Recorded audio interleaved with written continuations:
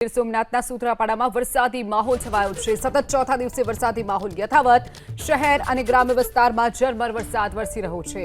લુડવા, પ્રશ્નાવડા, વાવડી, વડોદરા, ઝાલા, પ્રાચી તીર્થ સહિતના ગામોમાં વરસાદી ઝાપટા। સતત વરસાદના કારણે ખેડૂતો પણ હવે ચિંતામાં મુકાયા છે। વધારો કારણ કે તૈયાર પાકને નુકસાન થવાની ભીતિ છે। સતત ખેડૂતોની ચિંતામાં વધારો થઈ રહ્યો છે। પ્રાચી તીર્થના આસપાસના ગ્રામ્ય વિસ્તારોમાં પણ વરસાદી ઝાપટાની શરૂઆત। સતત ચોથા દિવસે ગીર સોમનાથમાં વરસાદી માહોલ જોવા મળી રહ્યો છે, જેના કારણે ખેડૂતો પણ હવે ચિંતામાં મુકાયા છે। સતત વરસાદના કારણે પાક નુકસાનીની ચિંતા ખેડૂતોને સતાવી રહી છે।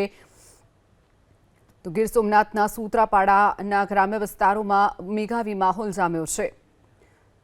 સતત ચોથા દિવસે વરસાદી માહોલ। લુડવા, પ્રશ્નાવડા, વાવડી, વડોદરા, ઝાલા, પ્રાચી તીર્થ સહિતના ગામોમાં વરસાદી ઝાપટા।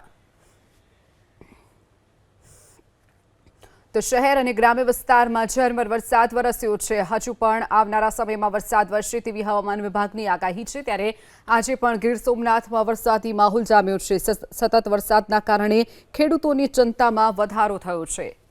વધુ વિગતો સાથે સંવાદદાતા અર્જુન વાળા આપણી સાથે ફોન લાઈન પર છે। અર્જુન, જે રીતે ગીર સોમનાથમાં સતત ચોથા દિવસે વરસાદી માહોલ છે, શું વિગતો?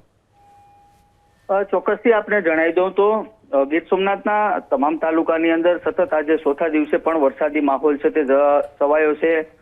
ખાસ કરીને સૂત્રાપાડાના લોઢવા, પ્રશ્નાવડા, વડોદરા, ઝાલા, વાવડી સહિતના જે ગ્રામ્ય વિસ્તાર છે તેમાં પણ વહેલી સવારથી જ વરસાદી માહોલ છે તે જોવા મળી રહ્યો છે।